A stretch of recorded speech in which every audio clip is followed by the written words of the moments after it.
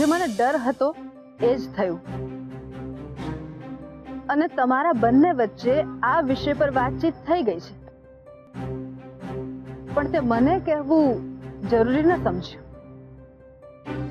એવું નથી માં. એવું જ છે આરવ. અને હવે એક વાત તું કાન ખોલીને સાંભળી લે. આપણા આ ઘરમાં માતાજીનું સ્થાપન આ ઘરની ગૃહલક્ષ્મી એટલે કે આપણી સોનુના હાથે જ થશે. અને તારા કારણે આ ઘરથી રિસાઈને ગઈ છે એટલે એને મનાવીને લાવવાની જવાબદારી તારી છે. પણ માં, મેં એને સમજાવવાની ઘણી ટ્રાય કરી હતી. મેં સમય પણ માંગ્યો હતો એની પાસે. એ બધું હું ન જાણું આરવ, પણ આ ઘરમાં માતાજીનું સ્વાગત તો આ ઘરની ગૃહલક્ષ્મીને હાથે જ થશે.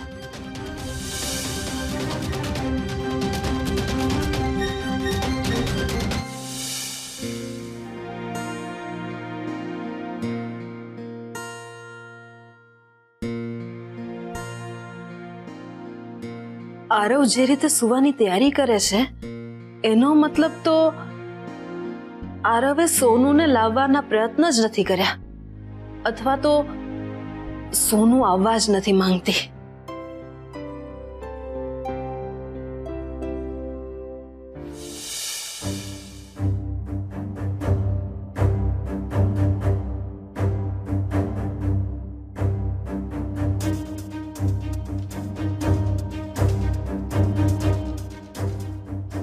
લે, આરવ તો સૂઈ ગયો.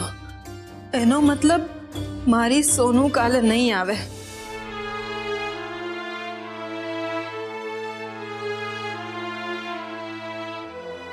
અમાસની રાત જોઈને મને બહુ ડર લાગી રહ્યો છે. ક્યાંક મારા આરવ અને સોનુના લગ્ન જીવનમાં પણ કાયમી માટે આ અંધારપટ છવાઈ ન જાય.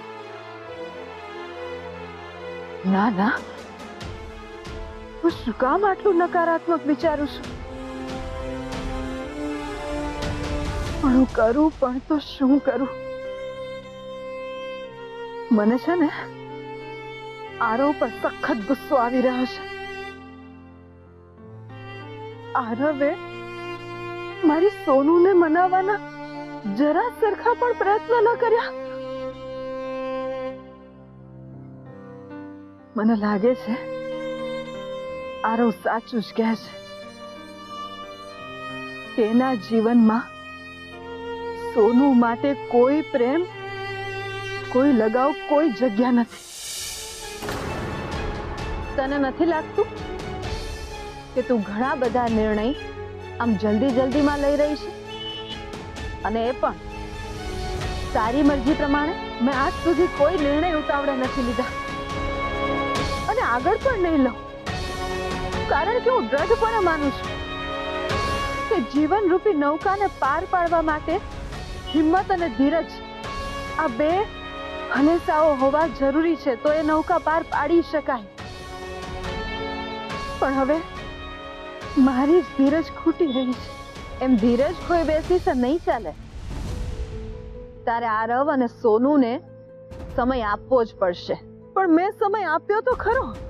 આ સારું, એક તરફ તું સોનુને ડરાવી ધમકાવીને પરાણે આ ઘરમાં લાવવા નથી માંગતી અને બીજી તરફ આરવના લમણે સમયની બંદૂક મૂકીને એને ધમકાવી રહી છે, એને ફરજ પાડી રહી છે કે સોનુને લેતો આવજે.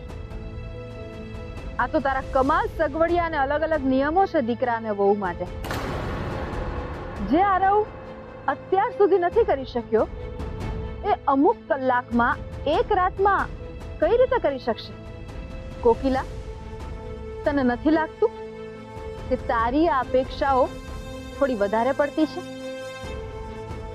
લગ્ન પછી આ જ નાજુક બંધન સંબંધ બની જાય છે અને અમે તો અમારા મા બાપની વાત માનીને આ સંબંધે જોડાયા અને આજ સુધી નિભાવી રહ્યા છીએ.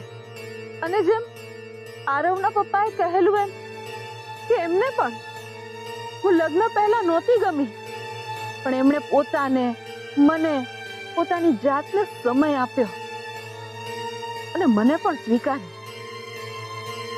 અને લગ્ન એક એવું બંધન છે કે આમ તાણી તાણીને કોઈ તોડી ના શકે. અને મારો પ્રયત્ન પણ હંમેશા એ જ રહ્યો છે કે આરવ અને સોનુનો આ સંબંધ ના તૂટે. અમે આટલું કરીએ તો નવી પેઢી આટલું ના સમજી શકે?